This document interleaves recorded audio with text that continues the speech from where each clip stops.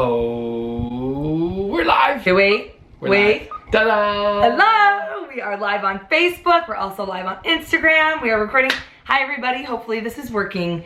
This is amazing. We should have taken a picture of this.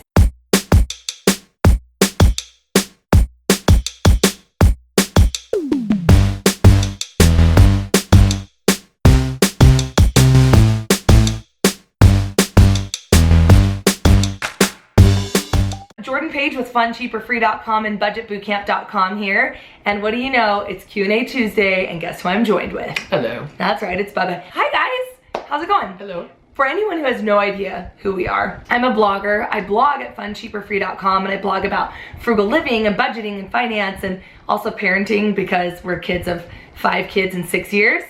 It's crazy town at our house. I also have a really fun budgeting program. It's called BudgetBootcamp.com. P.S. Use the code YouTube to get 10% off. It's a really fun program. So for this summer, because I get so many hundreds and hundreds of comments every week that I can't answer personally all the time, every Tuesday we sit down and we choose a comment or a series of comments and we answer them live for you. Right here. Right now. So we actually kind of cheated tonight. We did, a little bit. No cheating. There were a lot of questions that came in about health insurance and HSAs and stuff. We were really debating. We decided to not talk about that because I talk about it a ton on budgetbootcamp.com and also in my 7 bank accounts post. If you go to funcheaperfree.com and just search 7 bank accounts, I talk all about it in there. So we're actually going to talk about something that I don't think I've ever really talked about on the blog before. We're going to talk about some new stuff. Tonight we're going to talk about parenting. We're going to talk about kids and money and college and allowance and spending money on your kids. I've talked about it in various forms on the blog, I guess I should say. But we're going to hit it hard. We're going to hit it hard tonight. And for anyone who's wondering, oh yeah, my hat is really cute. Thanks for asking. It's my brand new line of trucker hats. And if you go to funcheaperfree.com/truckers, you can get yours, and they're so cute. But we're not going to spend a lot of time on that. I'll just switch them out throughout the night. In fact, here's my official Freebs Tribe hat, because who doesn't love cheap thrills? All right, so here's the question that inspired tonight. Natalie Bay, 914, said, I'm curious about your parenting styles. And she was kind of talking specifically about like adjusting boys to girls. But you know what? It inspired us. And oh yeah, wear it. When in doubt, dance it out, Bubba. Live. I know somebody said wakey wakey Bubba, and just to let you know, these are actually how my eyes look. We're gonna just jump right into this. Talk about allowance. Should we just start there? Let's do this. Okay. Oh, no. No, we're not gonna start there. What? We're gonna talk about how we were raised first. Because our parenting... This definitely changes the thought process. Yes. Why don't you, in a quick nutshell, do you want me to go first? I'm not very good at nutshells. Okay, it's okay. I will go first. So I grew up in a family of 3. Not a huge family by Mormon standards, but in Oregon we were a big family. So middle of 2 boys. And I was raised a little differently than the boys. So I will talk about like my experience personally. And my experience is that I grew up with a dad who had a really good, solid job. He was a hard worker, so luckily there weren't many times in our lives where we were really hurting or scraping by. But one thing that I really appreciate is that feast or famine, my mom was always frugal. So she taught me to be frugal. And when I turned 11, I started babysitting. And my parents basically cut me off. They kind of deny it a little bit. I started babysitting at 11. From that point on, I paid for all of my own stuff, meaning not school clothes, we'll get to that. I paid for any time I hung out with my friends, makeup, fancy shampoo. So my mom had a whole closet that had like 99-cent Suave that she would stock up on when it was on sale for 50 cents. But if I wanted anything above and beyond that, I bought it myself. I bought my own makeup, I bought my own clothes. If I wanted to go to the movies, bought my own prom dresses. Senior year, we got to choose between a class ring, a yearbook, or a Letterman's jacket. And so my mom bought my class ring and I bought my yearbook because I wanted both. But my parents paid for like my cheerleading outfit and my cheerleading shoes and my competitions and anything having to do with sports and stuff. Why are you laughing? Why are you laughing? What is happening? I am laughing. What is happening? I am laughing because I can do that kind of a nutshell. Oh, that was a Jordan nutshell. She's like, let me do a little short nutshell. I'll do a little short one. Because Bubba, you don't know how to do short ones. You're the one that said you didn't want to start. I gave you the floor and you blew it away. Snap. Basically, she was able to be super self-reliant and kind of like bring in the dog Oh, sorry. herself. Just changing my hat real quick. Oh, there's Okay, yes, it's true. And I worked before I was able to work, so at hard worker. Kind of. I'm good at cheating the system. I'm good at the path of least resistance, of getting the most that means out of the least amount of work. She is Mrs. Efficiency. I am. I've always been like, what is the quickest and easiest way for me to make the most money and still have fun and play? And that's what I've been doing my whole life. So 14, I cleaned a barbershop. She does that for like not just making money. It's like anything that has to do with anything. If I'm doing it not as fast as she can do it, she's gonna teach me how to do it. Oh yeah, it's a good thing. It's a good how thing to do it. We like get things whip done. you into shape. I ordered that one in black. Oh, do you mean this one? Oh snap! Okay, so anyway, so that was me. When I went to college, I always had a job. Always in college, I had 2 jobs. But my parents pretty much paid for tuition and stuff. My parents bought me a car, but I had to buy my own gas. And if I was on honor roll, they covered insurance. They didn't really do that for my brothers, but for me, that's what they did. Her parents were extremely generous and helped So generous. They helped a lot. We're gonna do things a little differently.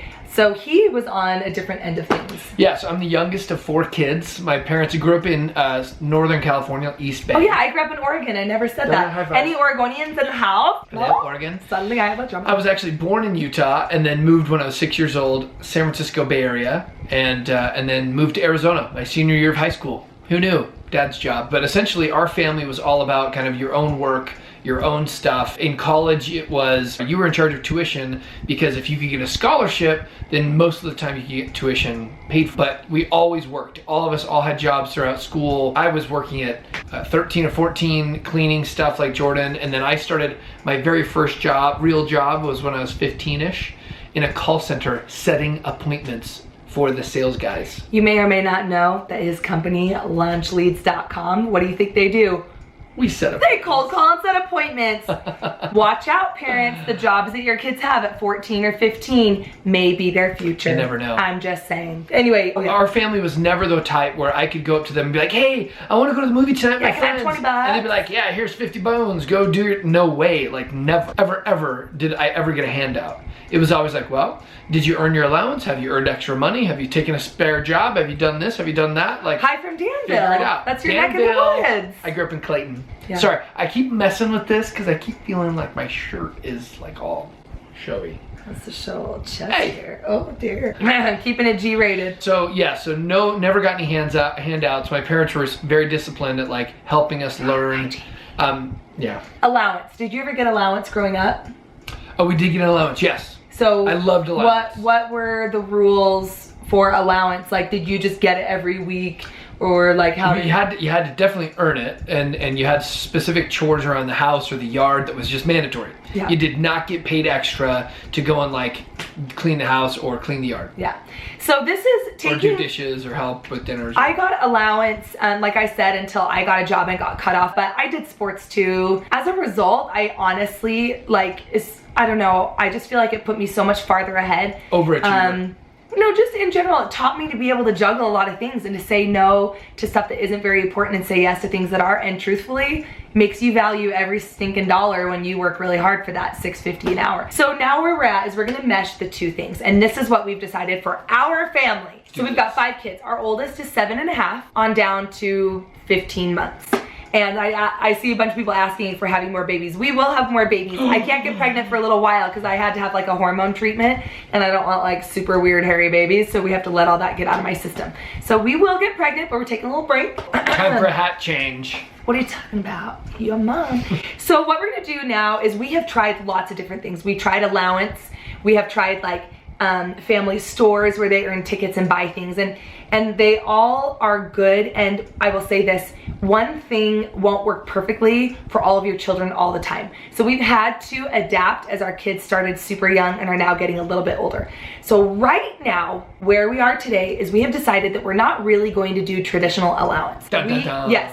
So what allowance means to us is basically every week your kids get money just for being part of your family. And you know, obviously there's chores involved, but truthfully, very, very, very few parents are actually good at enforcing that. Usually it's just like a weekly thing. I do believe in allowance because I feel like your kids need to manage their own money and it helps you budget for stuff. Learn how to buy things, learn what money means, learn. Yes. By the way, what I recommend for allowance, a lot of people ask, is half your kid's age per week, or twice your kid's age per month is like a reasonable gauge if you can afford But do that. it weekly. Because it's so much more don't do a effective month. on their brains to have it on a weekly basis. Yeah, for sure. So what we're doing right now is we are telling our kids, like, look, you are just part of this family. Oh shoot, will you go run and grab me Hutch's chart? Hutch's yes, chart. Hutch's I'll chart. be right back. Okay, thank you. I should have grabbed that earlier. And also his squares that he's marking off for his dirt bike. So every day our kids have things that they have to do. And those are just things they have to do because they're part of the family. Once those are done, if they want to earn money above and beyond that, they are welcome to. And we negotiate how much things cost. In general, I have read a lot, and a lot of child finance experts don't recommend putting a certain price per chore necessarily. The reason why is because a lot of people do that instead of just requiring generic things for their kids. And so kids start saying like, oh, I'm not gonna do that until I get paid, or unless I get paid. So what you need to do is mix both. Every day our kids have things they need to do. Hutch right now is motivated to buy a dirt bike. He has one, but he's outgrown it. He bought it when he was 5. That's a whole nother story that we'll actually get to in a minute. But now he wants a bigger one, and they're quite a bit more money because it's like a real one with a real motor. This is our summer chart, so I'm gonna read it to you. But basically, you it's like make bed, clean your room, put your clothes away, clean your zone, do your chores. We do two chore sticks a day, or try to, one in the morning, one in the afternoon. They have to do some pages in their workbook. They have to do as many pages as their age. Oh boy.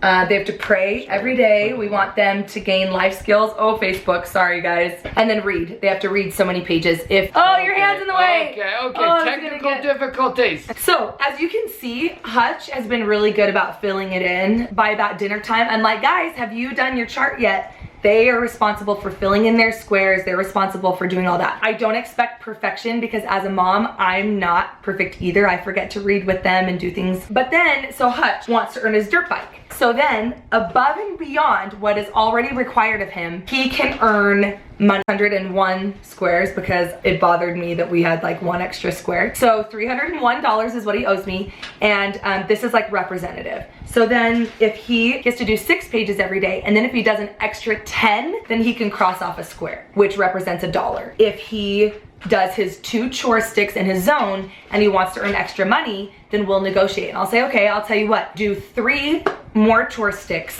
and you can cross off a square. So we kind of negotiate that, and he kind of bids out where like, I'll say, hey, I need help weeding the garden. What do you think that's worth? And he'll be like, how about 2 squares? I'm like, okay, that's fair. Get out there and do it. So that's kind of how we do it in our family. Granted, our kids are still young. As our kids get older, we will make them pay for their stuff. We really will. And here's the main reason why. When I was in 3rd grade, yeah, here it is. Here's the story. I walked to the store with my parents to get some new sneaks. Some new kicks. New kicks. And if anybody is in my age range, then you would understand the valuable asset of the Bo Jackson cross trainers. Yes. I'm talking the Bo Jacksons that had like the neon orange and white and gray, and they were just beautiful and loving. So I walked in there with my parents for 3rd grade, and I was like, I want these shoes. These are the shoes I want for school. I want to get them.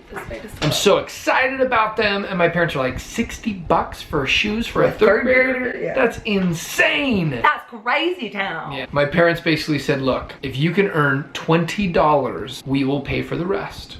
Kind of like the dirt bike theory. Exactly like the dirt bike theory. That's where we got it. And so essentially what we did is my parents made me work hard, and I worked. I was out there pulling weeds with my dad extra time. I was washing his car. I was cleaning off whatever. And I was able to earn that $20. We went to the store, bought those shoes, and I took such good care of those shoes because I earned them. I was like scrubbing them with a toothbrush and like cleaning them. And it was just this amazing experience that made me feel so mature and adult. Thank you for the background music. That was beautiful.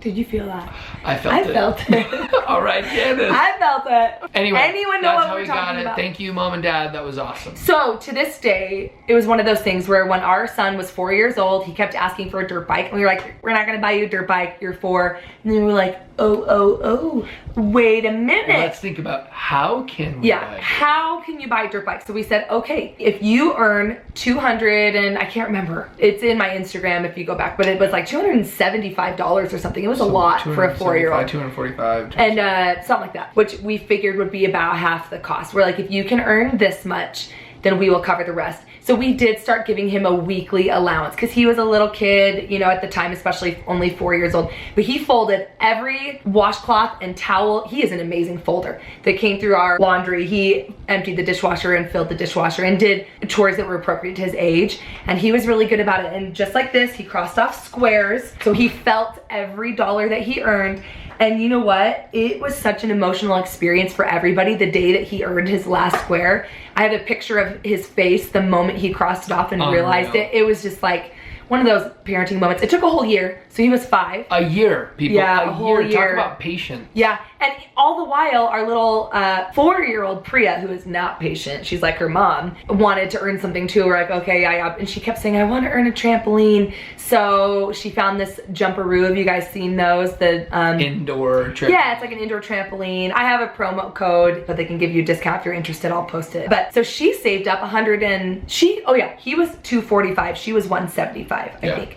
And she bought that. And to this day, they still play on that thing like every single day. And he still rides his dirt bike. So she tells all of her friends, like, oh, I bought this. This is my trampoline. So it's doable. It's important for these kids to know that they can do something. There was a time in my life where my parents basically said, no, you're not going to get that. We can't afford it. No, we're not. And what we've learned to change in our mindset and for our kids' mindset is not, no, you can't. It's all a choice. How can we? Or, okay, are you sure? So this is one thing. Like the other day, we were at an arcade. Does anyone hate anything more than arcades? It's like $1.75 to spin one wheel for 5 tickets that'll get you nothing. It's the biggest waste of money. So Hutch wanted to spend his money. He's like, I want to buy $15 of arcade stuff. And I was like, okay. And I said, Hutch, that is 15 squares. 15 squares. I was like, you can do that if you want, but we have to take back those 15 squares, those $15. And he was like, oh, 15, no, I'm not doing that. I'm not doing that. And immediately he made the choice. So we're trying to teach them that every square, every dollar is literally a decision and a choice. No one's going to tell them what they can and can't spend their money on unless it's like illegal or detrimental to them. This is the stuff that their brains can start to get. I think probably age 5, 6, it just depends on your kid, but he's starting to understand this, like, okay, a square equals $1 and $1 took me X amount of time that was hard. I don't want to give that up for arcade games. So now let's talk about teenagers for a minute, because I think this is a huge detriment that we're seeing in the next generations. And honestly, I've talked to so many moms and it breaks my heart. Just the other day, I was talking to a mom and she was, we were talking about budgeting. I had taught a class. Afterwards, she was like, it's just the kids that are so dang expensive. They want the cool shoes and they're really picky about their brands on their hats and all this different stuff. And I'm like, that's not their problem, that's yours. And it was a little bit awkward for a minute, but I'm like, tell them tough luck, or just tell them, go buy it yourself. Like, you are in control of that. And she even said, she's like, I'm worried about retirement because, like, how am I gonna pay for my kids' college?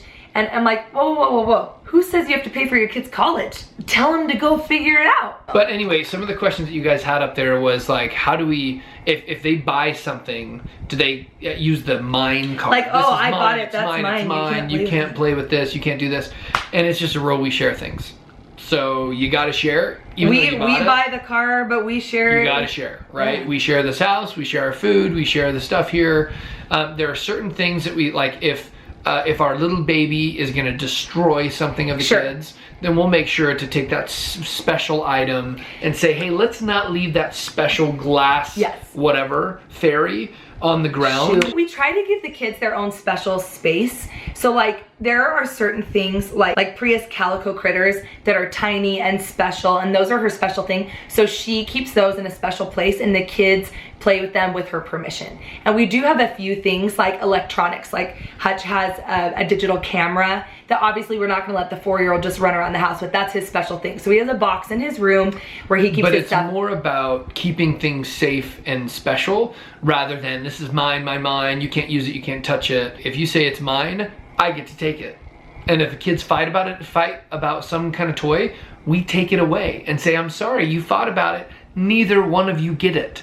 We get to take it. Yeah. And then we hold it for whatever time frame it is until they cool off. But yeah, our family, we're a huge sharing family. Like if we're at a festival or a fair, we won't buy everybody their own snow cone. We buy one snow cone and we like share it as a family. That's just how we are. We're a big family, dude. It's like, okay, will you help pay for your kids' mission or college? Yes, thank you for asking. So what we do, some people were asking like, how much do you set aside? Oh, that was a question. How much do you set aside each month for your kids, or do you set aside money each month? We have like over 20 bank accounts, and I recommend every family should have at least 7. That's a whole conversation for another day. Go back to all my other videos. Budgetbootcamp.com breaks this down in huge detail, but this is one of the reasons why we got out of debt so fast and have been able to manage our money so well, because not everything is lumped in 1 or 2 bank accounts. It's totally divided and organized. Like we have 5 bank accounts just for our kids, so 1 for each kid, and it's a savings account.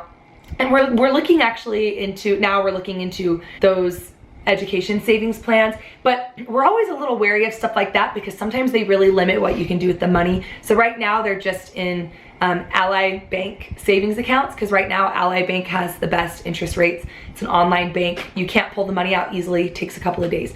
So each month we auto draft that money aside for our kids. And then honestly, what we're gonna do is whatever they save, we will match. So right now we have little piggy banks at home for the kids to literally physically, it's a piggy bank divided into 3. So there's a spending compartment, a saving compartment, and a tithing compartment. So if they get birthday money, for example, we will physically have them divide, sorry, this is so obnoxious, guys. We will physically have them divide the money into the 3 compartments. So if it's $10, $1 goes to tithing, half of it goes to saving, half of it goes to spending. So they kind of learn that whole thing. Let me talk about this really quick. Since we're going back to school, I want to talk a little bit about shopping for your kids, because I do not feel as though your kids should buy their, all their own cheer uniforms and all their own back to school clothes necessarily. But I do know several parents, some of them very close to me, who are literally hurting financially because of their kids' extracurriculars. And I don't think that's doing anybody a bleeping bit of good. That is not helping your kids in any way. It is not helping your family. It is not helping your retirement. It is selfish in several ways. I will say that. It is giving your kids what they want, but it's actually hurting everybody as a result. So be very careful of that. So if you can afford it, or maybe you set boundaries and each kid chooses 1 activity per semester, or if they're older, like high school, maybe 1 activity to focus on. And then above and beyond that, like, okay, here's $60 for basketball shoes, but if you want the 120 super awesome Air Jordan shoes, you have to foot the rest. So there are ways to balance but still support their activity. So now back to school. I actually have a post on this, but this is what I recommend, is give your kids a budget. Give them a literal envelope of cash, and whatever that budget is that feels comfortable to you. So let's say if it's like a teenager, an older kid, maybe it's $250. They by 10 years old should be able to do this on their own. You take them to the mall, you go get yourself a drink, and you sit in the food court, and you can write on the envelope, like you need 4 pairs of pants, 2 shorts, 2 pairs of shoes, this and that. You can kind of outline it for them, and then they go and they choose. And if they want to blow all their money on a name brand sweatshirt instead of just a generic sweatshirt, then winter comes and they're really not going to have a lot of options. And that's when you say, okay, well, if you want to earn more money, you can buy more clothes, or there are ways to support them and teach them how to spend their money and still provide what they need. I'd love to hear, hat change, funcheaperfree.com/truckers to buy these babies. I'd love to hear discipline styles as far as what amount is good to spend on clothes. You know what? I actually have some guidelines on my blog at funcheaperfree.com. I have some guidelines, but honestly, we all spend way too much on our kids. And I think it's because brands play way too big of a role. I know a lot of moms that take their kids to Nordstrom to shop for back to school clothes, and it's hard, like it hurts my heart. But you know what? I'm not gonna tell you how to parent as long as you don't tell me how to parent. I think that's fine. So instead, what you should do is just set a budget and set what feels reasonable and comfortable to you and let your kids make those decisions and decide for them. Because like my little brother, brands were very important to him. They weren't important to me. Quantity was. And to this day, that's still the case. So he'd rather have Just less. look at her pictures about her shoes on Instagram. So he'd rather have less and have nicer brands, and there's nothing wrong with that. So let's say, like I say for older kids, $250 for like, you know, middle school and high school is plenty. If they need or want more than that, they pay for it themselves. If you go to TJ Maxx or Ross or Nordstrom Rack even, $250 can buy you a freaking boatload of clothes. Yeah. Costco. And here's the thing, I love what Jordan does. When she goes into a store, she'll go straight to the clearance rack first. Yeah. Instead of falling in love with something that's on the very front. How do you think I learned that? Because it was my own dollars. I wasn't, if it was my mom's money, I wouldn't care. I'd buy whatever was cutest or whatever was trendiest or whatever the best brand was. But because it was my own cash. But she also has a tip too. Most of the things that are hanging on the clearance items, they might not look that good on a hanger. So what she would always do is just try it on. And you can literally find so many things that maybe on the hanger look funky, but on your bod, they look hot. Hot bod. This is a long one. We should probably wrap this up, but there's been so many questions. So for an 11-year-old, you know what? It's really hard. I hate saying numbers because it depends on what you can afford. I don't want to tell you something that's too high, but I would say honestly like $150 bucks. Our kids wear uniforms. So hand-me-downs. It's good and it's bad. What I do is for my kids, I think of it more as a per piece price because right now they are shopping for their own clothes, and as they get older they won't need to either. I just order them online. So I try to pay $8 or less for each item. So whether it's a jumper dress, whether it's a polo, or whether it's pants, I try to pay $8 or less per item, and I pay $15 or less for their shoes. And then I just calculate, okay, well, we need 5 pairs of pants, 5 pairs of shorts, 10 polos to get us through the year, whatever it is. And then if people are stuck on like the sports for your kids, go to the thrift store. Somebody just posted that. Play It Again Sports has secondhand equipment. If you need a new baseball glove or cleats or shin guards for soccer, the thrift stores are awesome for that kind of stuff. Because usually at that age, they wear them for one season and they grow out of them. I have never had to buy equipment from the store for our kids except for shin guards. I found those too I found them at the thrift store too. Oh, you did? Yes. Oh, that's right. You went to Savers. I forgot about that. Because as kids, especially, they wear them for one season, which isn't 1 year, one season, which is usually about 6 to 10 weeks when you're a kid, and then they grow out of it. Yeah. So then what, you know? So all those people who pay way too much, especially ski clothes and snow clothes, we buy snow coats at Costco and the thrift store, and then everything else. And she's a yard sale ninja. I am a yard sale ninja. Hi-ya! You have a blog post. I do. Just search yard sale. And truthfully, people at yard sales, they just want to get rid of it like us. We're going to have one soon. And it's like $1. I don't even care. Just take it. I just don't want to drive it over to Salvation Army or DI or whatever it is. H&M kids, $4.99 girls dresses. It is very rare that you will see me pay more than $10 for anything for my kids, except for church clothes. Church dresses, but even then I rarely will ever pay over $20. Oh, you guys, we've missed hundreds of questions and there's so many. I just got half of my daughter's school uniform jumpers and skirts at the thrift store. Cool. Yeah, same thing, you know, for some people who are really easy. And hey, hand-me-downs, we got them from my siblings and their kids. Well, and their clothing, even neighbors. thread up, that's right. Neighbors were like, hey, our kids are done with these. Yeah. And we totally used them. And like Hutch, he is very particular about his pants. He wants them very skinny. So I ended up buying him some straight legs that he never wore. Just a Bieber style. So luckily we have another kid to pass those down to, but otherwise those would have been essentially brand new pants that we would have passed to somebody. But also our school does uniform exchanges. So at the end of every school year, you bring all your uniforms that you don't need anymore and you can trade them out. So that's a good way to see if your school does Somebody was posting Kids for Kids is awesome. So yeah, those are totally good. Yeah. Guys. Oh yeah, Facebook yard sales, those are huge. Those are great. But you do have to drive to pick them up. Guys, we love being on here, but it's time to go. It is time. Okay, let me say this. There were a lot of things that I quickly mention that may confuse you, such as the 7 bank accounts. Budgetbootcamp.com has the best explanation of that. It's a really fun video program.